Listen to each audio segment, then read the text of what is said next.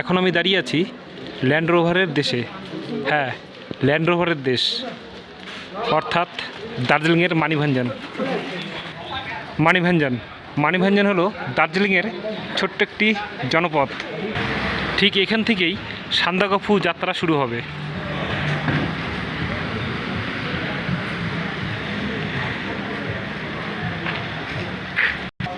সারা ভারতের মধ্যে এত পুরনো ল্যান্ড রোভার একমাত্র এই জায়গাটাতেই পাওয়া যায়।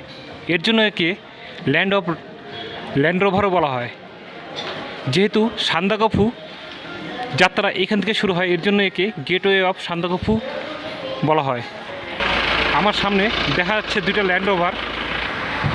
এই ল্যান্ড রোভারগুলি অনেক পুরানো। কোনোটার বয়স 50 বছর, কোনোটা 70, কোনোটা 80, কোনোটা 90 বছর বয়স। ল্যান্ড রোভারগুলি এখনও রানিং, এখনও চলে মানিভাঞ্জন থেকে সান্দাকফু ফালুটের উদ্দেশ্যে।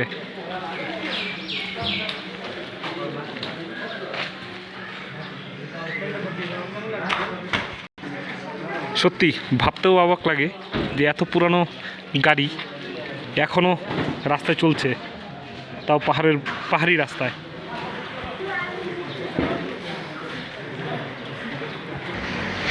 এটি হলো মানিভাঞ্জনের সেই ল্যান্ড রোভারের অফিস। বর্তমানে বন্ধ রয়েছে 3 মাসের জন্য। বর্তমানে শুধু টুমলিং পর্যন্ত পারমিশন দিচ্ছে, সান্দাকফু পারমিশন দিচ্ছে না। মানিভাঞ্জনের দূরত্ব শিলিগুড়ি থেকে 75 কিলোমিটার এবং দার্জিলিং থেকে 25 কিলোমিটার এবং মিরিক থেকে 27 কিলোমিটার। তো শিলিগুড়ি থেকে মানিভাঞ্জন আসার জন্য শেয়ারে কোনো গাড়ি পাবেন না।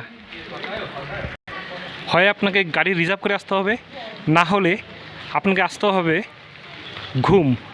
ঘুম থেকে আবার আপনাকে সুখিয়া পোখরি নামক একটি জায়গা আছে, সুখিয়া পোখরি পর্যন্ত আসতে হবে। তবে সুখিয়া পোখরি থেকে আপনি যে কোনো গাড়িতে এই মানিভাঞ্জনে চলে আসতে পারবেন। সুখিয়া পোখরি থেকে মানিভাঞ্জনের দূরত্ব মাত্র 7 কিলোমিটার। এখানে একটি বোর্ড দেখা যাচ্ছে, office of the range office, Tonglu range, Darjeeling forest division. Manebhanjan থেকে সান্দাকফুর দূরত্ব মাত্র 30 কিলোমিটার মতন, কিন্তু যেতে টাইম লাগে প্রায় 3.5 থেকে 4 ঘন্টার মতন। দেখতেই পাচ্ছেন, এটি হলো সেই মানিভাঞ্জনের ঘরবাড়ি। খুব সুন্দর একটি জনপদ।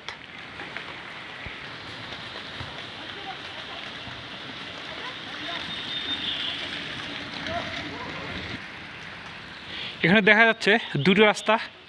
একটি রাস্তা বাঁদিকে উঁচুতে সান্দাকফুর দিকে চলে যাবে, আর এই রাস্তাটার নিচে চলে যাবে ধোত্রের দিকে। এখানে একটি মাইলস্টোন আছে, লেখা আছে সান্দাকফু 31 কিলোমিটার এবং চিত্রে এখান থেকে 3 কিলোমিটার। তো এখন বন্ধ আছে 3 মাসের জন্য।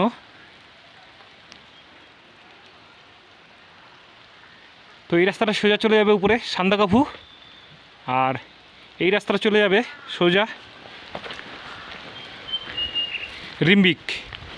এখানে আরও দুটো ল্যান্ড রোভার দেখা যাচ্ছে।